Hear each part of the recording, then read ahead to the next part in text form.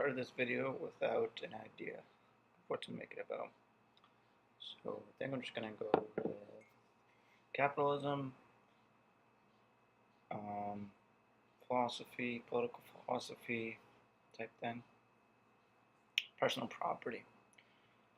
I have not done any research on personal property, and I guess I've gone back and forth in my life on how I feel about it. I have to look at evidence and look at the concept of personal property more deeply, but on the surface, I guess these are my thoughts. I used to think that there's no such thing as owning something. Take, for example, this bottle. What makes this bottle mine? Why is it my thing? That, like, if somebody were to pick it up with their hands and leave without the intention of putting it back where I can obtain it and it can be in my possession, that would be theft, and that would be morally wrong. Why is that? That's basically the definition of what property is. If somebody takes it, it's theft, and it's not there. It's not theirs to do anything with, really. It's your property. So what makes that mine? Because essentially, it's just materials. I didn't create it. It's just materials that come from the earth, which I guess you could say inherently belong to everyone that resides on earth. I mean, a random tree growing in the wild is either everybody's or nobody's. I'm not talking about something that's on private property or even government property. Picture just like before there were governments, or like on an unclaimed island, or just in Antarctica. Just inherently, that's either everybody's or nobody's, right? It has to be one or the other. So if it's everybody's, then all resources belong to everybody prior to governments. Which means governments made a flaw. Started divvying up land, giving it to some people, taxing people on it, on their own property. Not sure how that relates, actually. I'd have to think about that one more, but it was given away, certainly, and the homesteaders, yeah, there's the Homestead Act. It was just given away, I believe. And if you could make a living on that land in the western frontier of the United States, then it was yours to keep. And you could tell people to get off it if they were on your land. It's your land, it's your property. It's going back to what makes this mine. Well, I guess because I bought it,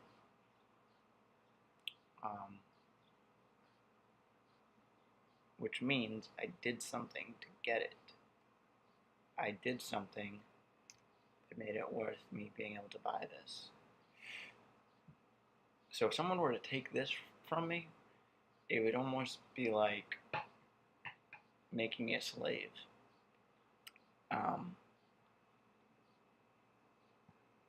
Because it would be like stealing money from me. And to get money, you need labor.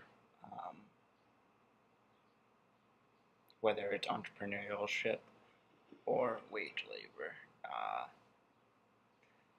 You have to sell things or provide a service. You have to put in time and ingenuity and effort to make money. Some people are just given money. Some people just fall into money. Maybe I'll discuss that anyway, but primarily we all can agree that to make money, it costs something. It costs something to make money. Money isn't free. So, if someone were to steal my money, they would steal part of my life, part of the time that I put in to make that money, part of the brain power that it took me, like the thinking all that, I think there's something in economics called opportunity cost. The opportunity cost of making that money is what would have been stolen from me, I believe. Um, and that, if I want to go even deeper, I have to say why that is morally wrong to do.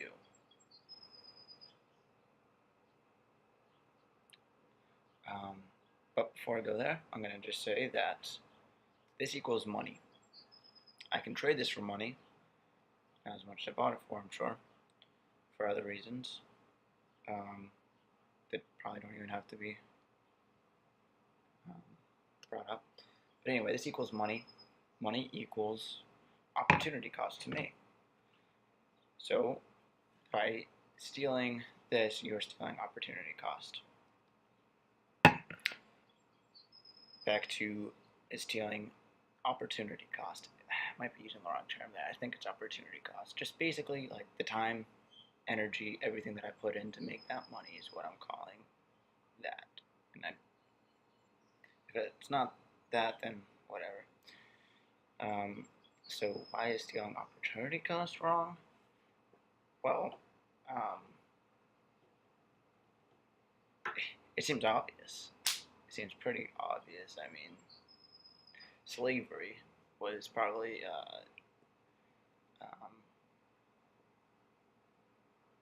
that's basically what slavery was, I believe. I mean, you're taking people's time, their energy, and giving them nothing back. That's theft. Why is theft wrong? I mean, that's. Can you explain it? It just kind of is wrong, and I don't know if anyone disagrees with that. But when people say property is robbery, I would like to know the backwards where they got to that point from. Property is robbery. So I think by saying that, what they mean is everybody owns everything inherently. The earth is ours, and I kind of agree with that from the get-go.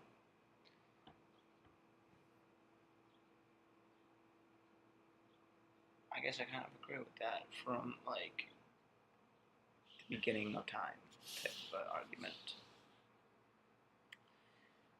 The moon. I mean, until someone starts harvesting crops up there of their own,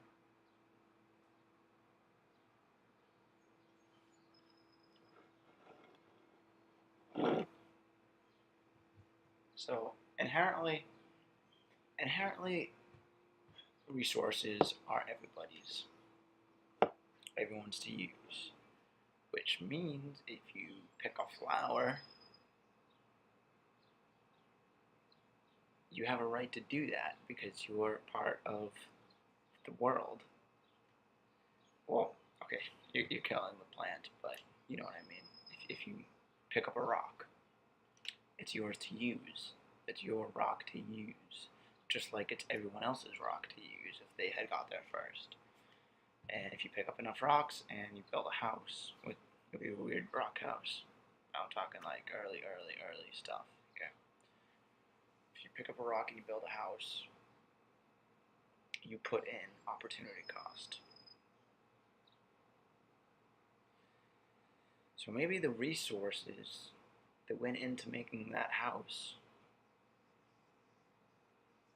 aren't yours. Maybe they're everybody's. But the fact that it is now a house is the result of the opportunity cost. So to dismantle that house or to steal that house, bad example because there's not many people stealing houses, would be to steal the opportunity cost. So maybe it's not resources and like material stuff that actually can be owned. I'm just thinking of this now. Maybe it's not material stuff that can be owned, but it's just the opportunity cost of labor and energy that I believe, and I'm sure 99.999% of human civilization agrees is wrong to steal. Because what is theft? Generally, you think of it as stealing property, but property is tough.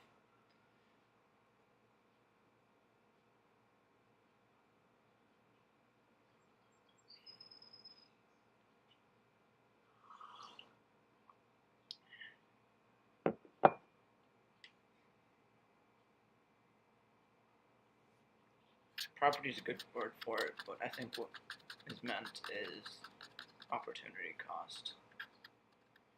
You can't steal, you can't make slaves of people, and that's kind of what you do when you steal from them. Well, slavery was more like actually controlling people and forcing them, coercing them to do that. Theft is different. It's like almost like there's the promise that the fruits of your labor, you will harvest the fruits of your labor, and then you don't get to because of theft. Anyway, personal property is one of the few but important tenets of believing in free market capitalism. It's one of the few things that you have to agree with to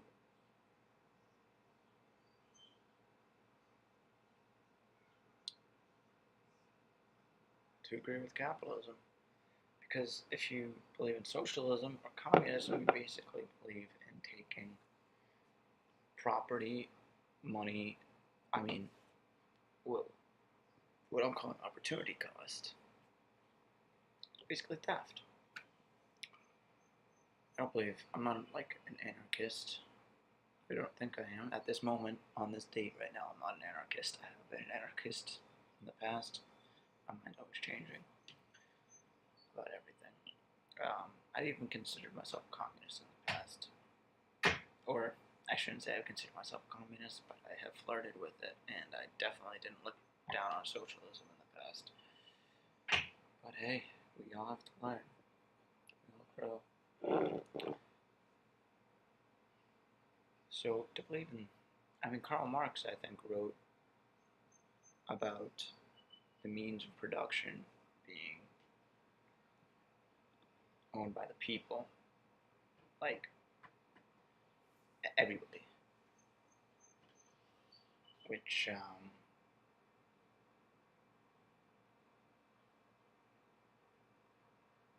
just seems wrong because, say I'm a capitalist back in 1850 or whatever. I have a factory. That's my factory. I put in all the work to build that factory.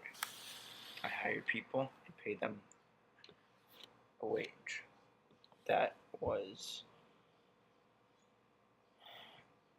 worked out on supply and demand. It was the best that they had. I didn't force them to work for me. It was the best opportunity that they had. So some may say that they were exploited. But they didn't have to do it. They didn't have to do it. It was not slave labor. If no one was working for me for $2 an hour, then either I didn't have a factory or I had to pay them $3 an hour. Supply and demand. I hired the designers. I came up with the idea of what was going to be made in the factory, such and such. And now I'm harvesting the fruits of my labor. I'm still managing the factory. And now, socialists want to make that factory owned by everybody. I feel like I would be getting gypped in that situation. And maybe I'm misinterpreting Marxism right now. I probably am, actually, to a certain extent. But a lot of socialism believes in divvying up property to the population.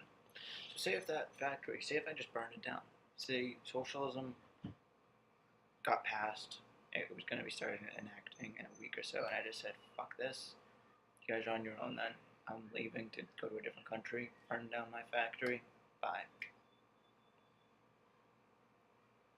Now everybody owns that factory, but it doesn't exist. Okay?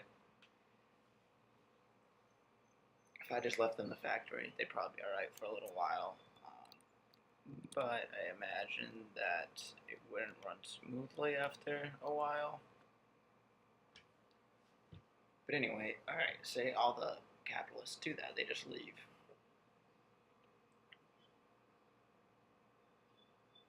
How are you going to get another factory?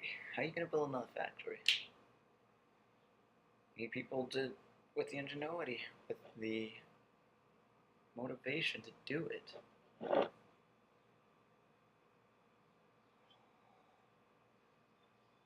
With the risk-taking abilities, the foresight, all these qualities that are found in entrepreneurs. Clearly I don't have because I've never done anything like that. But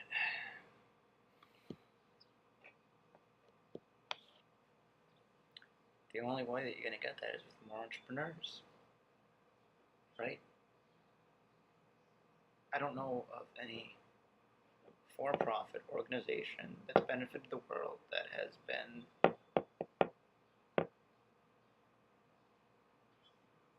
run by a collective. Maybe there is. Maybe I'm wrong. But owned by a collective is kind of what I mean. It's kind of what I was going to say that's what a corporation is, but it's not really. It's a little bit different. It's run like a business, or so I believe. It just has funding from a lot of different sources. I'm digressing quite a bit here. Anyway, I believe in personal property, private property. Next up, intellectual property.